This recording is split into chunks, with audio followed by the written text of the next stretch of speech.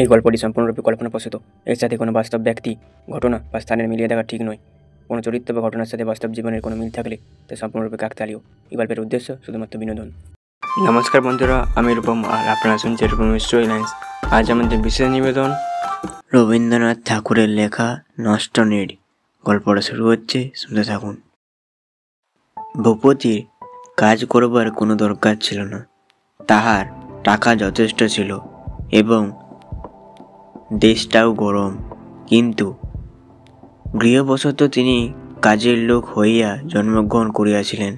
এই জন্য তাহাকে একটা ইংরেজি খবরের কাগজ বার করিতে হইল। ইহার পরে সময়ের দীর্ঘতার জন্য তাকে আর বিলাপ করতে হয় নাই। ছেলেবেলা হইতে তার ইংরেজি লিখিবার বা বক্তৃতা দিবার শখ ছিল। কোনো প্রকার প্রয়োজন না থাকিলেও ইংরেজি খবরের কাগজ তিনি চিঠি লিখিতেন এবং বক্তব্য না থাকিলেও সভাস্থলে দু কথা না বলিয়া ছাড়তেন না। তাহার মতে ধনী লোককে দলে পাইবার জন্য রাজনৈতিক দলপতিরা অজস্র শ্রুতিবাদ করতে নিজের ইংরেজি রচনা শক্তি সম্বন্ধে তাহার ধারণা যথেষ্ট পরিপুষ্ট হইয়া উঠিয়াছিল। অবশেষে তাহার উকিল শ্যালক উমাপতি ওকালতি ব্যবসায়ে হতোদ্যম করিয়া ভগ্নিপতিকে কহিল, ভূপতি, তুমি একটা ইংরেজি খবরের কাগজ বাহির করো, তোমার যেরকম অসাধারণ ইত্যাদি। ভূপতি উৎসাহিত হইয়া উঠিল। পরের কাগজে পত্র প্রকাশ করিয়া গৌরব নাই। নিজের কাগজে স্বাধীন কলমটাকে পুরা দমে ছুটাইতে পারিবে। শ্যালককে সহকারী করিয়া নিতান্ত অল্প বয়সেই ভূপতি সম্পাদকের গদিতে আরোহণ করিল। অল্প বয়সে সাম্প্রদায়িক নেশা এবং রাজনৈতিক নেশা অত্যন্ত জোর করিয়া ধরে। ভূপতিকে মাথাইয়া তুলিবার লোকও ছিল অনেক। এইরূপে সে যতদিন কাগজ লইয়া ভোর হইয়াছিল, ততদিনে তার বালিকা বধূ চরুলতা ধীরে ধীরে যৌবনে পদার্পণ করিল। খবরের কাগজের সম্পাদক এই মস্ত খবরটি ভালো করিয়া টের পাইল না।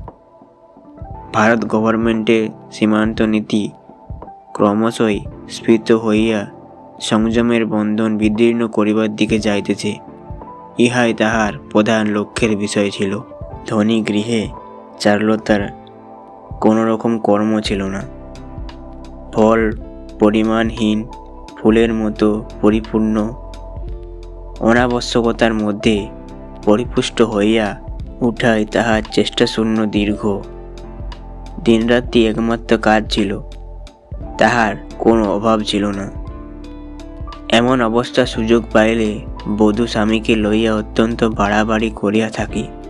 দাম্পত্য লীলার সীমান্ত নীতি সংসারের সমস্ত সীমা লঙ্ঘন করিয়া সময় হইতে অসময়ে এবং বিবাহিত হইতে অবিবাহিতে গিয়া উত্তীর্ণ হয়। চারুলতার সে সুযোগ ছিল না। কাজের আবরণ ভেদ করিয়া স্বামীকে অধিকার করা তার পক্ষে দুরূহ হইয়াছিল। যুবতী স্ত্রীর প্রতি মনোযোগ আকর্ষণ করিয়া কোনো আত্মীয়া তাহাকে ভর্ৎসনা করিলে ভূপতি একবার সচেতন হইয়া কহিল, তাই তো, চারুর একজন কেউ সঙ্গিনী থাকা উচিত, ও বেচারার কিছুই করিবার নাই। শ্যালক উমাপতিকে কহিল, তোমার স্ত্রীকে আমাদের এখানে আনিয়া রাখো না।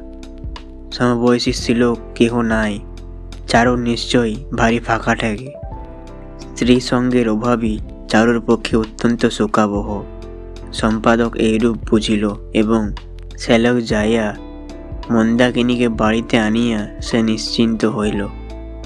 সে সময়ে স্বামী স্ত্রী প্রেমোন্মোষের প্রথম অরুণালোকে পরস্পরের কাছে অপরূপ মহিমায় চির নূতন বলিয়া প্রতিভাত হয়।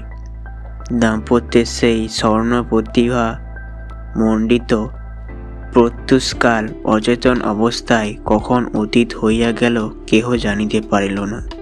নতুনত্বের স্বাদ না পাইয়া উভয়েই কাছে পুরাতন হইয়া অপরিচিত অভ্যস্ত হইয়া গেল। লেখাপড়ার দিকে চারুলতার একটা স্বাভাবিক ঝোঁক ছিল। তাহার দিনগুলো অত্যন্ত বোঝা হয়ে ওঠে নাই। সে নিজের চেষ্টায় নানা কৌশলে পরিবার বন্দোবস্ত করিয়া লইয়াছে। ভূপতির বিস্তুত ভাই অমল 3rd ইয়ারে পড়তেছিল। চারুলতা তাহাকে ধরিয়া পড়া করিয়া লইত। এই কর্মটুকু আদায় করিয়া লইবার জন্য অমলের অনেক আবদার তাহাকে সহ্য করতে হইত। তাহাকে প্রায়ই হোটেলে খাইবার খোরাকি এবং ইংরেজি সাহিত্যগ্রন্থ কিনিবার খরচা যোগাইতে হইত। অমল মাঝে মাঝে বন্ধুদের নিমন্ত্রণ করিয়া খাওয়াইত। সে যোগ্য সমারম্ভ ভার গুরুদক্ষিণা স্বরূপ চারুলতাকে নিজে গ্রহণ করিতে হইত। ভূপতি চারুলতার প্রতি কোনো দাবি করত না, কিন্তু সামান্য এটুকু পীড়াই বিস্তুত ভাই অমলের দাবির অত্যন্ত ছিল। তাহা লইয়া চারুলতা প্রায় মাঝে মাঝে কৃত্রিম কোপ এবং বিদ্রোহ প্রকাশ করিত। কিন্তু কোনো একটা লোকের কোনো কাজে আসা এবং স্নেহের উপদ্রব সহ্য করা তাহার পক্ষে অত্যাবশ্যক হইয়া উঠিয়াছিল। অমল কহিল, বৌঠান, আমাদের কলেজের রাজবাড়ির জামাইবাবু অনন্তপুরের খাস হাতের বুননি কার্পেটের জুতা পরে আসে। আমার তো সহ্য হয় না, একজোড়া কার্পেটের জুতো চাই, না হলে কোনো মতে পদমর্যাদা রক্ষা করতে পারছি নে। চারু, হ্যাঁ তা বই কি, আমি বসে বসে তোমার জুতো সেলাই করি, দাম দিচ্ছি বাজার থেকে কিনে আনো গা। অমল বলল, সেটি হচ্ছে না। চারু জুতো সেলাই করতে জানত না এবং অমলের কাছে সে কথা স্বীকার করিতেও চাহে না, কিন্তু তাহার কাছে কিছু চাই নাই। অমল চাই সংসারে সে একমাত্র প্রার্থীর প্রার্থনা রক্ষা করিয়া সে থাকিতে পারে। অমল চাই সংসারে সেই একমাত্র প্রার্থীর প্রার্থনা রক্ষা না করিয়া সে থাকিতে পারে না। অমল যে সময় কলেজে যাইত সেই সময় সে লুকাইয়া বহু যত্নে কার্পেটে সেলাই শিখিতে লাগিল এবং অমল নিজে যখন তাহার জুতার দরবার সম্পূর্ণ ভুলিয়া বসিয়াছে, এমন সময় একদিন সন্ধ্যাবেলায় চারু তাহাকে নিমন্ত্রণ করিল। গ্রামের সময় ছাদের উপর আসন করিয়া অমলের আহারের জায়গা করা হয়েছে। বালি উড়িয়া পড়িবার ভয়ে পিতলের ঢাকনায় থালা ঢাকা দিয়া হয়েছে। অমল কলেজের বেশ পরিত্যাগ করিয়া মুখ ধুইয়া ফিটফাট হইয়া আসিয়া উপস্থিত হইল। অমল আসনে বসিয়া ঢাকা খুলিয়া দেখিল থালায় একজোড়া নতুন বাঁধানো পশমের জুতো সাজানো রহিয়াছে। চারুলতা উচ্চস্বরে হাসিয়া উঠিল। জুতা পাইয়া অমলের আশা আরো বাড়িয়া উঠিল। এখন গলাবন্ধ চাই, রেশমের রুমালের ফুলকাটা পাড় সেলাই করিয়া দিতে হইবে। তাহার বাইরে ঘরে বসিবার বড় কেদারায় তেলের দাগ নিবারণের জন্য একটা কাজ করা আবরণ আবশ্যক।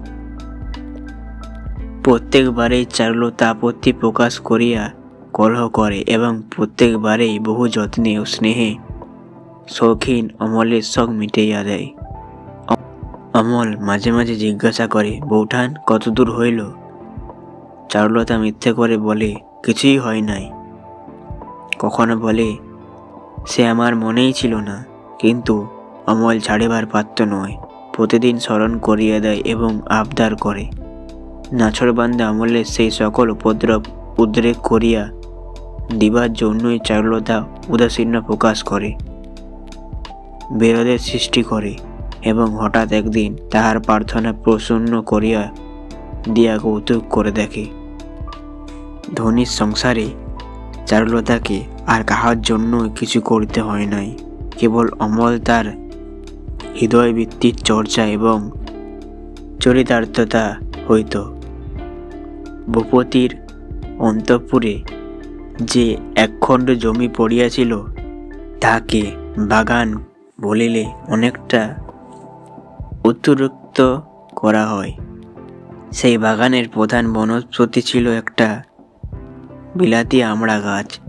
এই ভূখণ্ডের উন্নতি সাধনের জন্য চারু এবং অমলের মধ্যে কমেডি বসিয়া আছে। উভয়ে মিলিয়া কিছুদিন ধরে ছবি আঁকিয়া প্ল্যান করিয়া মহা উৎসাহে এই জমিটির ওপর একটা বাগানের কল্পনা ফলাও করিয়া তুলিয়াছে। বন্ধুরা, গল্প এখানেই শেষ নয়, গল্পের আরও পর্ব আসতে থাকবে, তোমরা শুনতে থাকো। বন্ধুরা, শেষ হলো আজকের গল্পটা আপনাদের কেমন লাগলো অবশ্যই কমেন্টে জানাবেন। যদি ভালো লাগে অবশ্যই ভিডিওটা লাইক করবেন, আর আমাদের চ্যানেলে নতুন না থাকলে অবশ্যই চ্যানেলটা সাবস্ক্রাইব করে রাখবেন এরকম আরও নতুন নতুন গল্প শোনার জন্য।